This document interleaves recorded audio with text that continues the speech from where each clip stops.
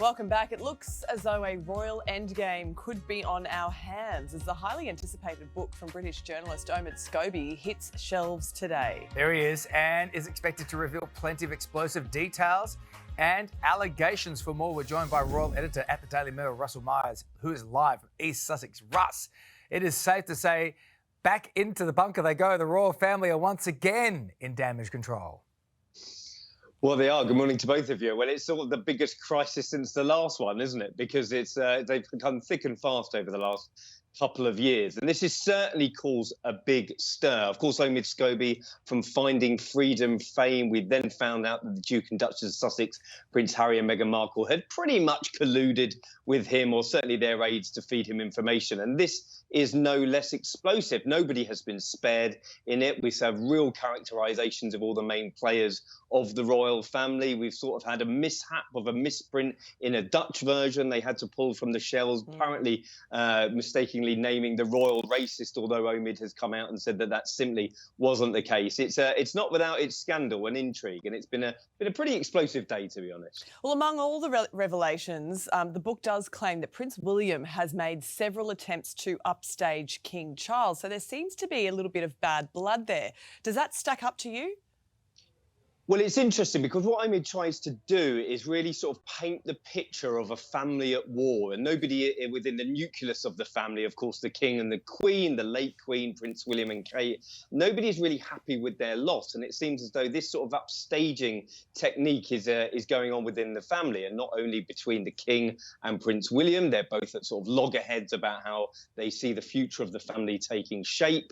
But of course, Harry and his brother William as well. And what I really got from this book is that sort of nobody is really pulling in the same direction, and that's what Mr. Scobie tries to paint as is the main problem with the royal family moving forward. Well, it also suggests that even on the day that the Queen died, there was tension there between William and Harry, with claims that William ignored texts from Harry on the day his grandmother died.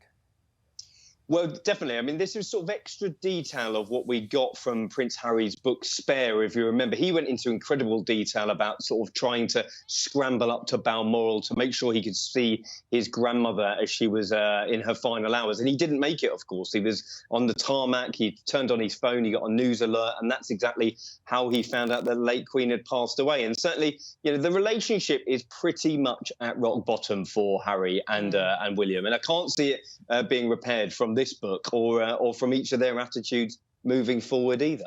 I don't know. Did he ignore the texts, or was he just preoccupied, perhaps? It's so hard to know who to believe because it's just two PR machines against each other, isn't it? A couple of Aussies, though, do get a mention in this book.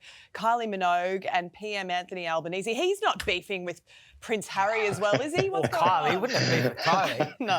I know. Could you imagine having beef with Kylie? I mean, something's gone definitely wrong for that. But I think they come off a little bit unfairly because, again, there is an agenda with Omid here. He is trying to say that not only the institution, the monarchy is sort of on its knees. It's in the final throes of the dice in terms of its survival. And Kylie and Anthony Albanese basically say that they didn't get involved with the coronation because of the growing Republican movement, and this is a major problem for the monarchy. Well, we know it is. I mean, it's not only happening here in the UK, it's happening abroad as well. But, you know, it's lasted 1,000 years, so it probably have a little bit of time left. It's not going to drop off in 6 we'll all months, be is honest. it? Yeah. Exactly. All exactly. right. Russ, we'll leave it there. Thanks so Russ. much, mate. Good to see you. Well, hot off the press this morning, a new royal book is diving into palace politics and revealing what really happens behind closed doors at Buckingham Palace.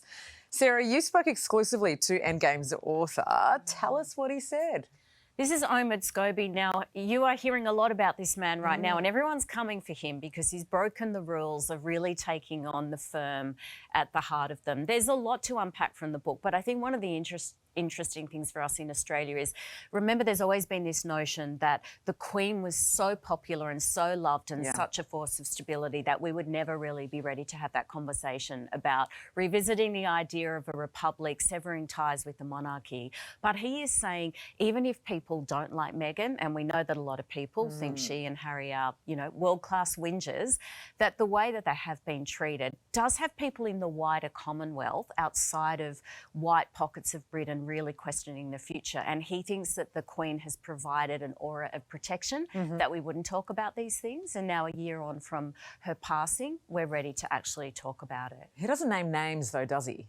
So it's a bit of a royal guess who at the moment. Oh, he names a lot of names. Like, what names are you after? I Well, think around the racism comments. Well, no, I don't think that anyone will ever say who that is. And I think, to a degree, that's to his credit. I mean, I think I know who it is as well. But if you say it, it can't ever be unsaid. That's true. And we're talking about pretty high up people here, I'll just say that. Oh, interesting. All right, well, we can learn more about it in your Something to Talk About podcast, Sarah. Thank you so much for joining us. And Matt, thanks from Canberra. Appreciate your time, guys. Carlos. What, you didn't want to get Matt on the Royals? Oh, look, I know he cares a lot about them, but next time.